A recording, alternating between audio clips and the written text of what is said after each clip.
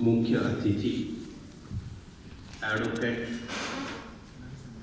Matthew Anthony, president Maharashtra,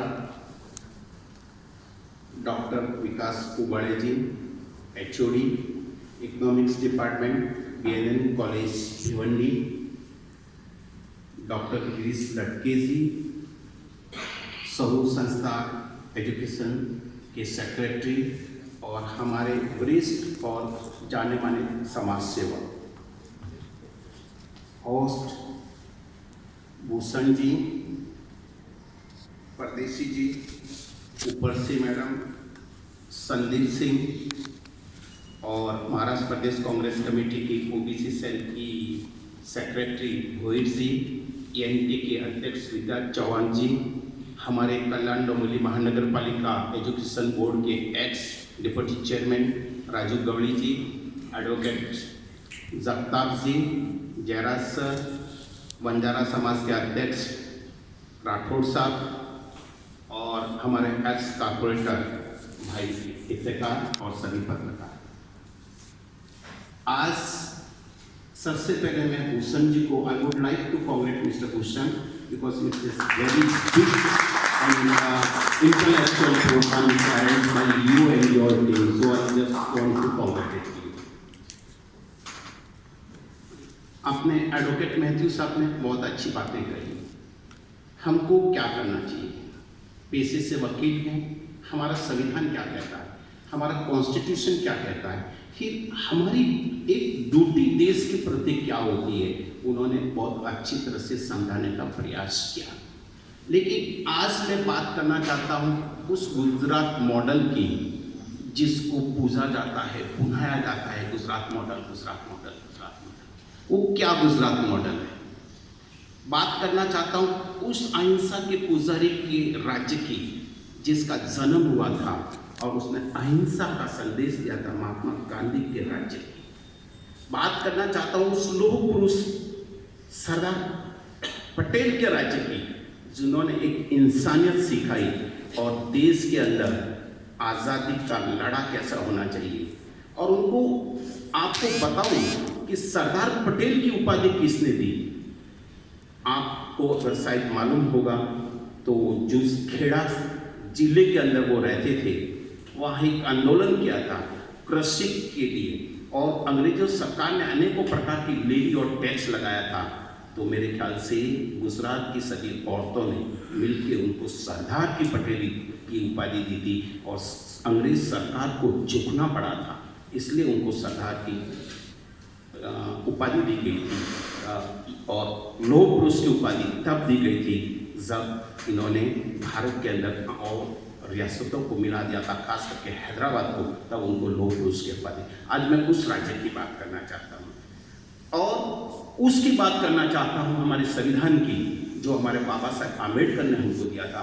Jawaharlal Nehru ji ने पहली संविधान सभा के अंदर हमारा संविधान की प्रस्तावना रखी थी और संविधान ने हमको क्या अधिकार दिया है, संविधान भारत का कैसा धर्मनिरपेक्ष है, उसके बारे में हम बात करना चाहते हैं। आज बात करना चाहता हूँ उस गोधरा कांड के 2002 के अंदर मुखिया थे गुजरात राज्य के और वो भारत के आज मुखिया है और लाल किले से 15 अगस्त को हमको संदेश दिया महिलाओं का सम्मान। बड़ा अच्छा लगा, बड़ा खुश हो गया।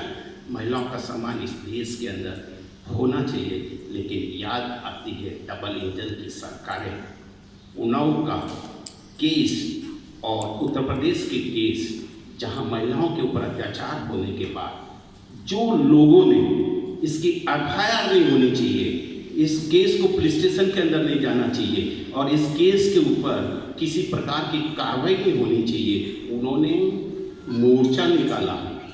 MLA थे और उस MLA को उस राज्य का मंत्री बना दिया गया, उनको गिफ्ट दे गई।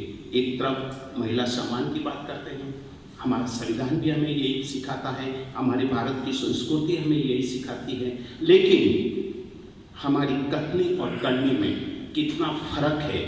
आज इसके ऊपर चर्चा करने के लिए बहुत अच्छा टॉपिक, यहाँ भीड़ की जरूरत नहीं है, या विचारवंतों की जरूरत है। और मैं समझता हूँ कि यहाँ सभी बैठे हैं वो सब विचारवंत हैं, भूषण, आपने एक बहुत अच्छा कार्यक्रम किया, इसके लिए मैं आपको बहुत बहुत धन्यवाद देता हूँ, क्योंकि हमारे इसके ऊपर इस प्रकार की चर्चाएं हमारे देश के अंदर होनी चाहिए।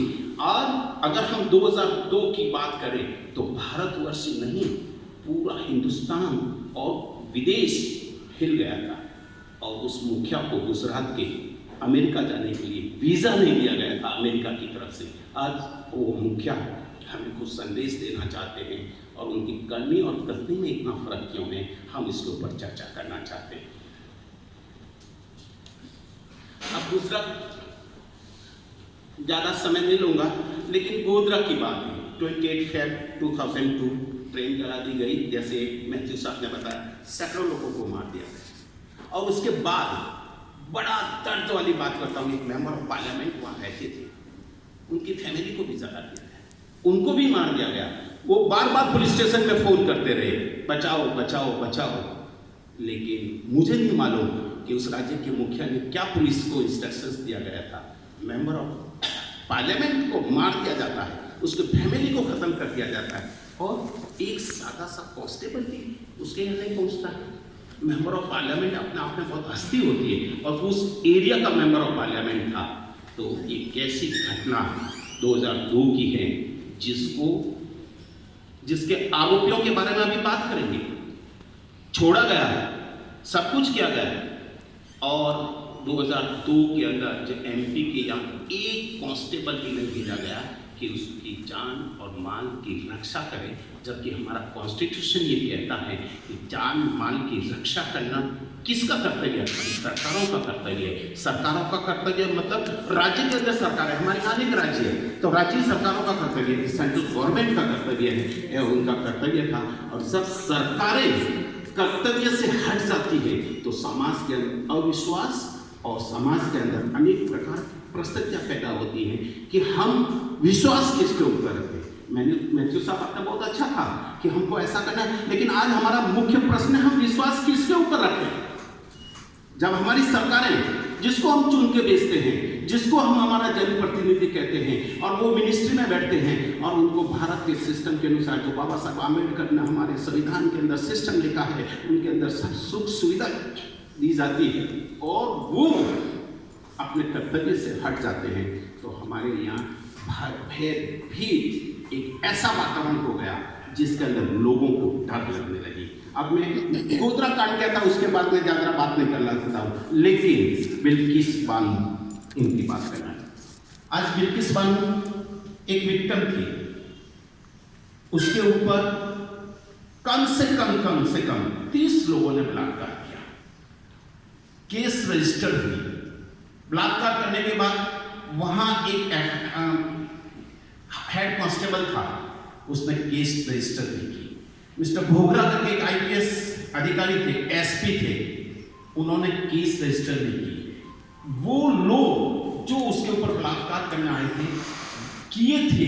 नहीं किया था, वो उसके यहाँ से दूध लेके जाते थे। वो बिल्किस बानो को अच्छी तरह से जानते थे, वो उनको अच्छी तरह से जानती थी, और उन्होंने कई महीनों तक अपनी फाइल दबा के रखी। जब बिल्किस बानो ह्यूमन राइट्स के पास आती है और ये बात सुप्रीम कोर्ट तक पहुंचती है, तो सुप्रीम कोर्ट आदेश करती है कि इसकी इंक्वायरी CBI से होनी चाहिए। और जब CBI इंक्वायरी करती है तो कहती है कि पुलिस ने जो first FIR first information report रहती है उसमें गड़बड़ की, और जो IPS था SP उसने भी गड़बड़ की, और CBI उनके ऊपर मार्क करती है और उनको सस्पेंड किया जाता है।